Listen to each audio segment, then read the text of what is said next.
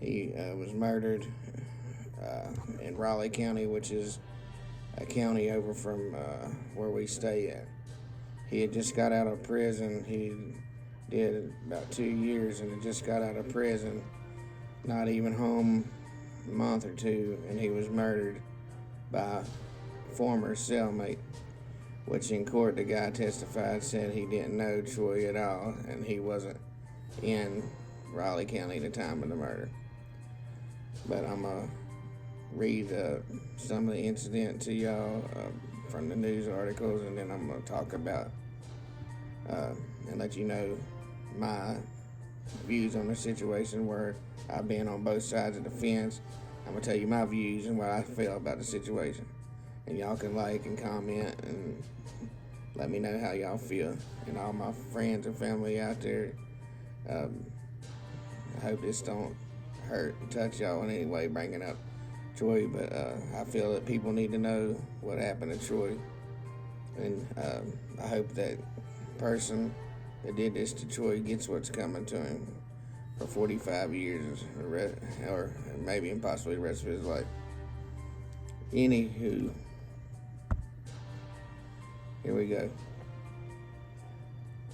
Beckley, West Virginia, 10 a.m. Friday, March 26th. The man found guilty of shooting and killing another man received his sentence. Jermaine Jackson could spend the rest of his life in prison. 2 weeks after jury found Jermaine Jackson guilty of murder of Troy Williams, he faced the judge again for his sentence.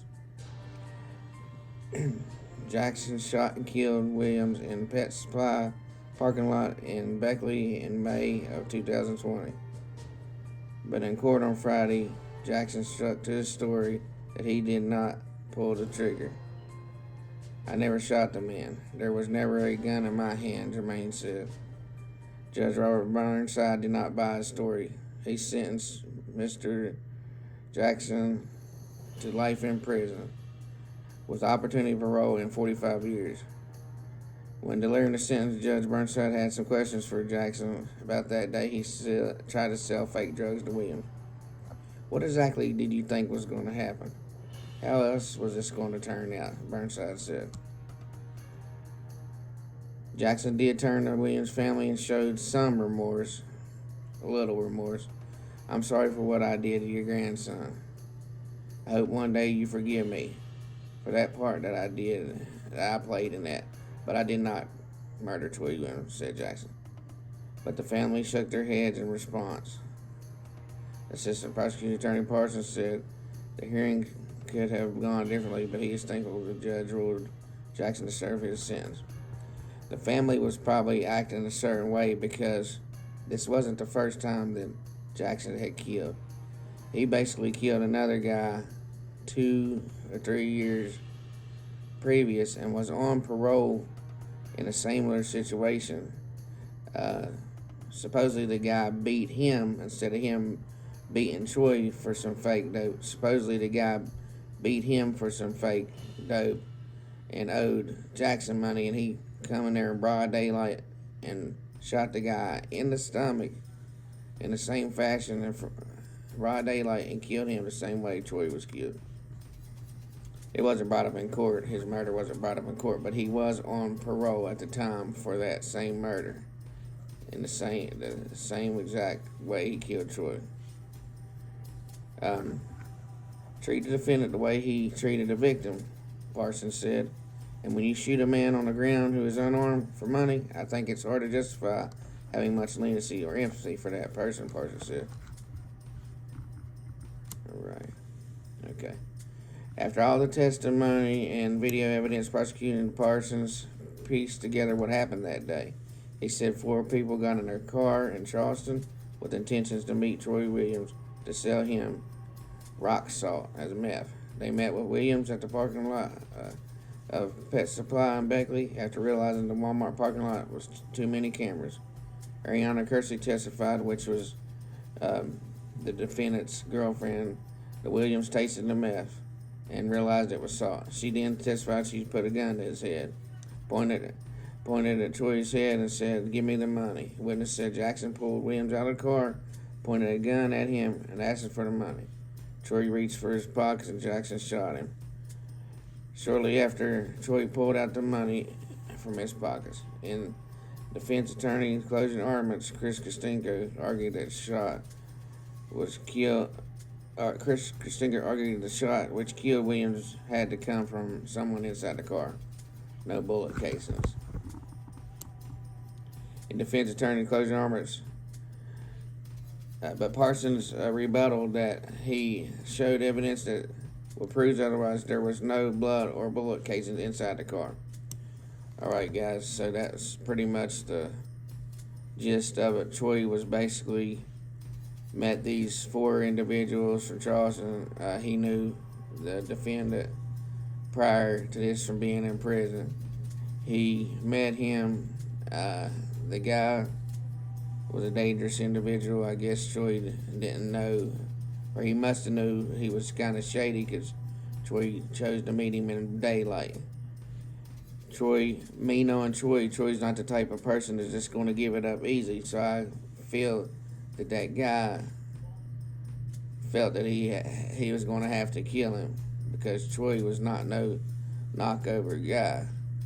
He would stand up and fight for what he believed in, but it did say that he was reaching for his pockets to get the money. So Troy, he didn't want to lose his life that day.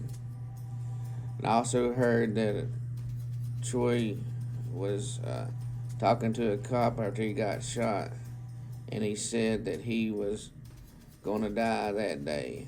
He said he could feel it in his heart that he was dying. He said, "Damn, I'm going to die today." Man, that hits hard. Troy was also brought up, his mother was also a victim of gun violence.